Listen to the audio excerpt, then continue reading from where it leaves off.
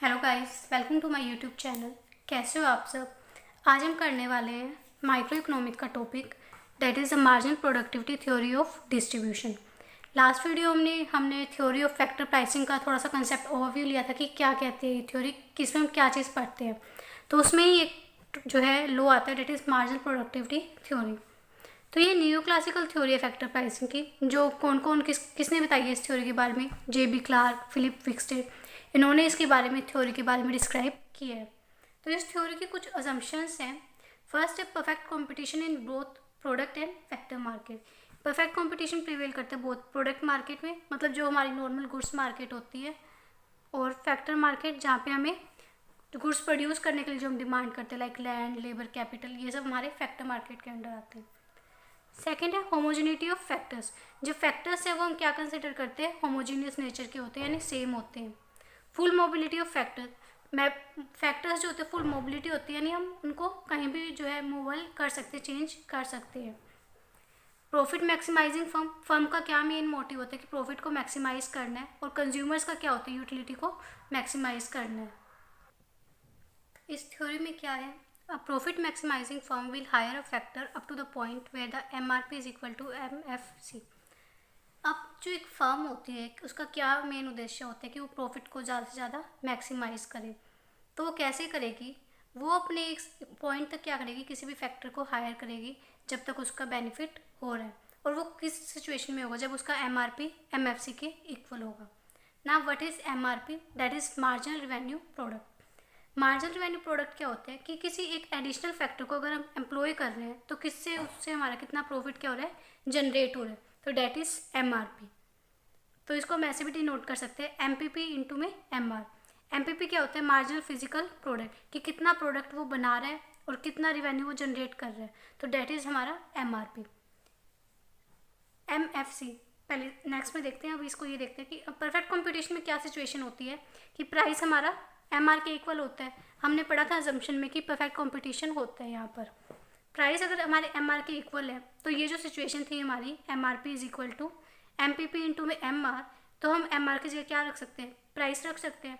अब किसी भी चीज़ को अगर हम प्राइस से मल्टीप्लाई करते हैं तो वो क्या देती है, हमें वैल्यू देती है। तो MRP किसके बराबर हो गया, वैल्यू ऑफ मार्जिनल प्रोडक्ट, क्योंकि MPP इंटू में P क्या होता है, वैल्यू ऑफ मार्जिनल प्रोडक्ट। अब है हमारा मार्जिनल फैक्टर कॉस्ट। लास्ट में हमने क्या देखा, MRP is equal to MFC, ये हमारी क्या इक्विलिब्रियम कंडीशन है। अब MRP तो हमने देख लिया कि मार्जिनल रिवेन्यू प्रोडक्ट होता है। अब मार्जिनल फैक्टर कॉस्ट क्या होता है, अब इसमें क्या होता है, किसी एक एडिशनल फैक्टर को एम्प्लॉय करने से कितनी कॉस्ट हमें बियर करनी पड़ रही है, extra cost, that is marginal factor cost. इसमें क्या हो रहा है कि एक एडिशनल यूनिट से हमें कितना जो है रिवेन्यू हो रहा है, और कॉस्ट में हमें कितना कॉस्ट बियर करना है एक एडिशनल यूनिट से, जब हम नया एक फैक्टर एम्प्लॉय करते हैं हमारे प्रोडक्शन में।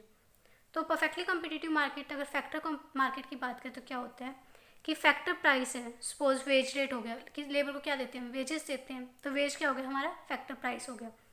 तो मार्जिनल फैक्टर कॉस्ट क्या होगा, प्राइस ऑफ द फैक्टर, कि उस कॉस्ट जो फैक्टर हम लगा रहे हैं उसका क्या प्राइस है। तो लेबर के केस में देखें तो उसका प्राइस क्या होगा, वेजेस हो गया, तो MFC is equal to wages. अब इक्विलिब्रियम कंडीशन हमें पता है कि MRP is equal to MFC, और MFC किसके इक्वल होता है, प्राइस ऑफ फैक्टर, कि उस प्रोडक्ट का प्राइस क्या है, उस फैक्टर का प्राइस क्या है। तो अब इस पॉइंट पे क्या बताते हैं, this point determines how many units of a factor of a firm will hire the MRP curve of the firm demand curve of the factor. ना ये पॉइंट बताते हैं कि एक फर्म कितने किसी भी फैक्टर को हायर करेगी सो डेट उसका प्रॉफिट क्या रहे, मैक्सिमाइज रहे। और जो MRP होता है वो क्या होता है, एक तरीके से डिमांड कर्व होता है किसी भी फर्म का, ठीक है ना। ये तो हमने बात की फर्म लेवल पे। अब इंडस्ट्री का देखते हैं कि इंडस्ट्री का कैसे हम डिसाइड करते हैं। The price of a factor is determined with the aggregate demand curve. अब हमें पता है फर्म तो क्या होती है, स्मॉल होती है, कि छोटी छोटी फर्म्स मिला के क्या बनती है, एक इंडस्ट्री बनती है। और इंडस्ट्री में क्या होगा, बहुत सारी फर्म्स की जो हम क्या कर लेंगे, एग्रीगेट डिमांड निकाल लेंगे, कि सब फर्म्स की क्या निकाल लेंगे, MRP को प्लस कर देंगे, सम ऑफ ऑल फर्म्स MRP का। अब MRP हमें पता था क्या था, डिमांड, तो सब फर्म की अगर डिमांड को प्लस कर देंगे तो वो क्या आ जाएगी, aggregate demand. Intersect the supply curve of the factor, जहाँ वो इंटरसेक्ट करेगी वहाँ क्या हो जाएगी, उस फर्म की जो है इक्विलिब्रियम लेवल डिसाइड हो जाएगा। अगर मैं एग्जांपल की देखूँ, ये डायग्राम देखो, जैसे यह है हमारे मार्जिनल प्रोडक्ट और यहाँ पर लेबर।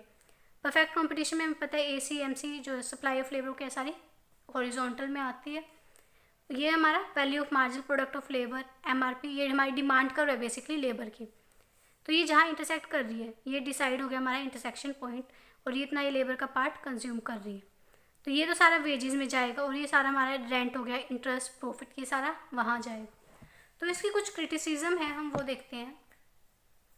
फर्स्ट है अनरियलिस्टिक अजम्पशन। वो इसमें अजम्पशन लाइक परफेक्ट कॉम्पिटिशन ले रखे हैं, होमोजेनिटी ऑफ फैक्टर्स है, ये सारी क्या है, अनरियलिस्टिक है। रियल सिचुएशन में, रियल लाइफ में परफेक्ट कॉम्पिटिशन एज्यूम होती ही नहीं है। तो एक ये सबसे बड़ा क्रिटिसिज्म है। सेकंड है it explain factor demand but is incomplete without a theory of factor supply.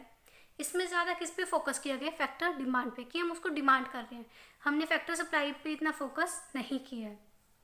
It is a theory of functional distribution not personal distribution. इसमें हम ज़्यादा जो है पर्सनल डिस्ट्रीब्यूशन देख रहे हैं, किसी भी मतलब कि पर्सन की कितनी इनकम वो अर्न कर रहा है, रैदर देन कि किसी प्रोडक्ट को कितना हम पे कर रहे हैं। तो ये उसकी क्रिटिसिज्म थी। आई होप आपको ये थ्योरी समझ में आई होगी, मार्जिनल प्रोडक्टिविटी थ्योरी। कोई भी डाउट हो तो please comment down. Thank you.